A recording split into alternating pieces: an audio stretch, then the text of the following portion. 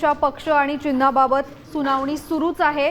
कपिल सिब्बल मागच्या 1 तासापासून सुप्रीम कोर्टामध्ये ठाकरे सेनेच्या वतीनं बाजू मांडत आहेत आणि आता काही वेळातच शिंदे सेनेचे वकील हे सुप्रीम कोर्टामध्ये सुनावणीसाठी दाखल होऊन त्यांचा युक्तिवाद करण्याची शक्यता आहे।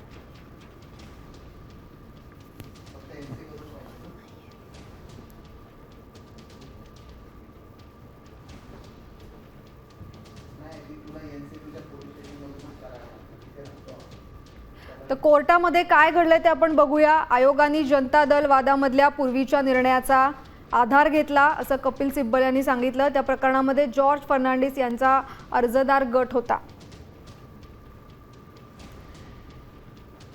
बोमैनचे पक्ष अध्यक्ष पद सुद्धा कायम असल्याचं स्पष्ट करण्यात आलं होतं असा युक्तिवाद कपिल सिब्बल यांनी आता कोर्टामध्ये केलेला आहे। जनता दल प्रकरणामध्ये संघटनात्मक बहुमताचा निकष हा मुख्य मानला गेला होता आणि तोच निर्णय आमच्या प्रकरणामध्ये सुद्धा लागू होतो अशा प्रकारचा युक्तिवाद कपिल सिब्बल यांनी केलेला आहे। मात्र आयोगाने त्याचा वापर जो केला तो आमच्या विरोधात केला असा सुद्धा युक्तिवाद सिब्बल यांनी केलेला आहे। तसंच जे काही घडलं त्या घटनाक्रमांची साखळी पाहायला लागेल असं निरीक्षण न्यायमूर्ती बागची यांनी कोर्टामध्ये मांडलेलं आहे।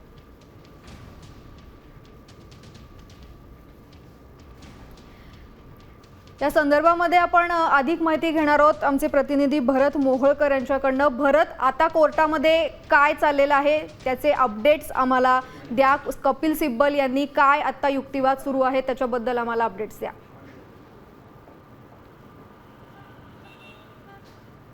खरं तर कपिल सिब्बल हे अत्यंत भावनिक मुद्द्यावरती सध्या युक्तिवाद करत असल्याचं आपल्याला पाहायला मिळतंय। कशा पद्धतीने त्यांना दिलेला निर्णय आहे तो निवडणूक आयोगाने जो निर्णय दिलाय तो कशा पद्धतीने चुकीचा आहे, बेकायदेशीर आहे आणि त्यामुळेच घटनात्मक मूल्यांची जी जाण आहे, घटनात्मक मूल्यांची जी घटनात्मक मूल्य पायदळी तुडवली जात आहेत त्याची बूज राखणं, लोकशाहीचं रक्षण करणं हे सुप्रीम कोर्टाचं कर्तव्य आहे आणि शेवटचा पर्याय आमच्यासाठी, सर्वसामान्य माणसांसाठी आणि सगळ्यांसाठीच सुप्रीम कोर्ट हाच शेवटचा पर्याय असल्याचा युक्तिवाद कपिल सिब्बल यांच्याकडून सुरू असल्याचं आपल्याला पाहायला मिळत आहे। कपिल सिब्बल सध्या जोरदार आणि धारदार पद्धतीने या सगळ्यावरती युक्तिवाद करतायत आणि ज्या पद्धतीने एक प्रत्येक मुद्दे जे आहे त्या प्रत्येक मुद्द्यावरती सध्या कपिल सिब्बल बोलतात। निवडणूक आयोगाचे अधिकार असतील ते अधिकार त्यांनी अधिकार क्षेत्राच्या बाहेर जाऊन कशा पद्धतीने बेकायदेशीररित्या हा जो निर्णय दिला त्यावरती कपिल सिब्बल यांचा युक्तिवाद सुरू असल्याचं आपल्याला पाहायला मिळत आहे।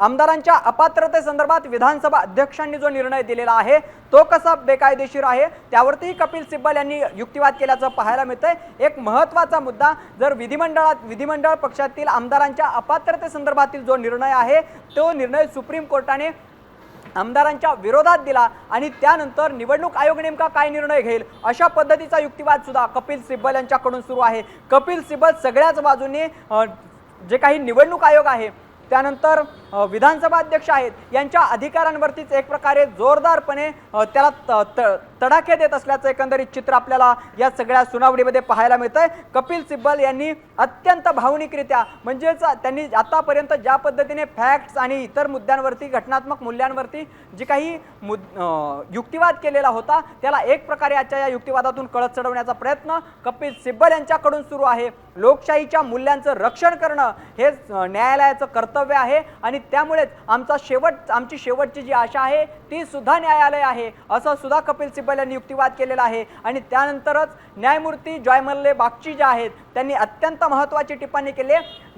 जे काही सर्वसामान्यांच्या हक्काचं आणि लोकशाहीचं रक्षण करण्याची जबाबदारी फक्त न्यायालयाची नाही तर ती जबाबदारी सामूहिक आहे असं सुद्धा त्यांनी म्हटल्याचं पाहायला मिळतंय। अत्यंत महत्त्वाचं स्टेटमेंट त्यांनी केल्याचं एकंदरीत चित्र सध्या सुप्रीम कोर्टामध्ये पाहायला मिळतंय। कपिल सिब्बल हे सध्या वेगवेगळ्या मुद्द्यावरती भावनिकरित्या युक्तिवाद करताना पाहायला मिळत आहेत आणि या प्रत्येक मुद्द्यावरती सध्या युक्तिवाद सुरू असताना कोर्टामध्ये पिन ड्रॉप सायलेन्स असल्याचं एकंदरीत चित्र सध्या तरी पाहायला मिळत आहे। अगदी शांतता कोर्टामध्ये पसरलेली आहे। कपिल सिब्बल एकेका मुद्द्यावरती युक्तिवाद करतायत, निवडणूक आयोगाला घेरण्याचा प्रयत्न करतायत, विधानसभा अध्यक्षांचे अधिकार त्यांनी आपल्या अधिकार क्षेत्राच्या बाहेर जाऊन कसे निर्णय घेतले हे कोर्टापुढे सादर करतायत आणि सगळ्यात महत्त्वाचं म्हणजे लोकशाहीची मूल्ये कशा पद्धतीने वाचवता येतील आणि वाचवण्याची आमची शेवटची आशा ही कोर्ट आहे। खरं तर त्यांनी युक्तिवाद करताना असंही म्हटलंय की संसद कायदे करू शकतं, मात्र त्या कायद्यांची खरी चाचणी ही कोर्टामध्ये होते, न्यायालयामध्ये होते आणि त्यामुळे सगळ्यात सर्वश्रेष्ठ जे आहे ते न्यायालय आहे। सर्वसामान्य नागरिकांसाठी शेवटची आशा ही न्यायालय आहे। त्यामुळे लोकशाही वाचवण्यासाठी कोर्टानेच पुढाकार घ्यायला हवा असं अत्यंत महत्त्वाचं स्टेटमेंट कपिल सिब्बल यांनी केल्याचं पाहायला मिळत आहे।